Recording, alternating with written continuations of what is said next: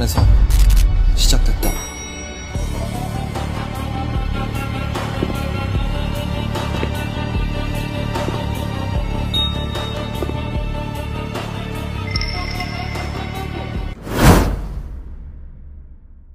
시작됐다.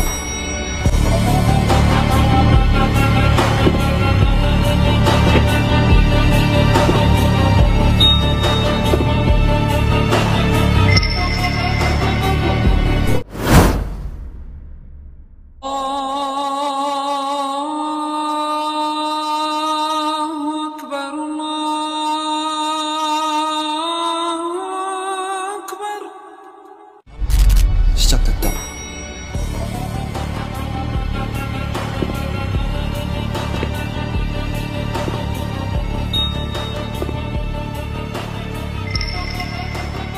Nak hak kebebasan bersuara dan mengeluarkan pendapat, bukan begini caranya. Dengan menghina azan dan mempermainkannya, banyak benda lagi yang boleh dikritik dan dihina, bukan agama yang jadi bahan tawa. Assalamualaikum warahmatullahi wabarakatuh. Hai, saya Hashim. Hari ini saya nak share mengenai penghinaan kepada agama Islam dengan mempermain-mainkan kalimah azan dengan kalimah yang suci, iaitu lafaz takbir dan tauhid, iaitu Allahu Akbar dan asyhadu an la ilaha illallah, diperolok-olokkan dengan dijadikan sebagai remix. Sahabat semua, ini tidak lain melainkan hanya untuk menghina dan memperlekehkan Islam. Sebenarnya perkara ini tidak pun memberi kekurangan kepada Islam itu sendiri, tapi ia tetap adalah satu penghinaan dan mengolok-olokkan Islam. Kita tiap hari mendengar sahutan azan dari semasa ke semasa. Bila dihina, kita mesti akan marah. Allah Rabbi.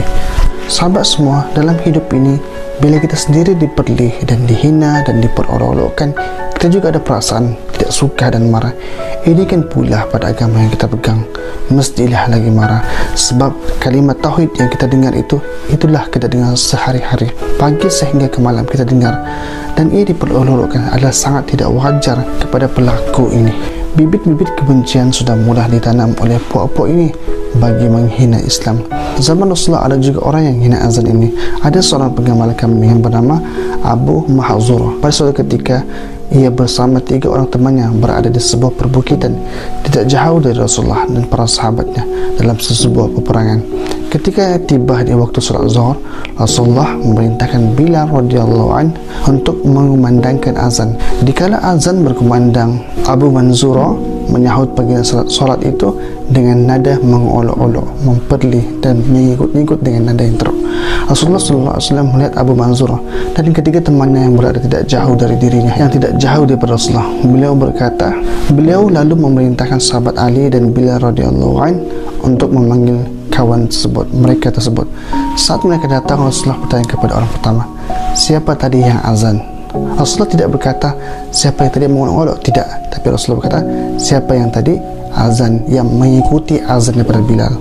Tidak ada satu pun di antara mereka yang berani menjawab pertanyaan Rasulullah kerana takut disertai sahabat-sahabat Rasulullah yang membawa senjata dan di waktu perang pada ketika itu.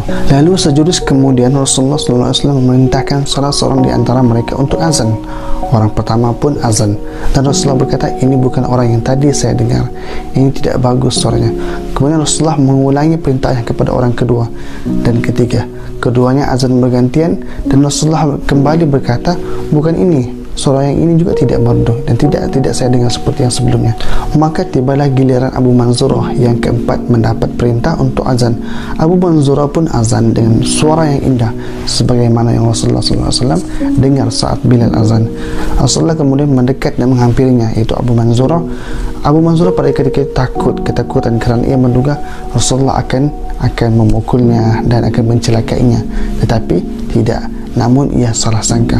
Rasulullah SAW melepas tutup kepala Abu Manzurah dan memegang kepala dan dada Abu Manzurah dan berkata, ya Allah, anugerahkanlah hidayahmu untuknya. Dan Rasulullah juga mendoakan keberkatan untuknya 3 kali dengan berkata, pergilah, kau adalah muazzin penduduk Mekah. Abu Manzurah kemudian memeluk Islam dan sejak saat itu Abu Manzurah dan keturunannya selama 300 tahun menjadi muazzin di Masjidil Haram. Apa pengajaran yang kita dapat, yang kita boleh ambil daripada perkara ini adalah kepada yang jelas-jelas mengolok-olok dan menista agama, menghina agama, boleh sahaja Rasulullah maafkan dan mendoakannya.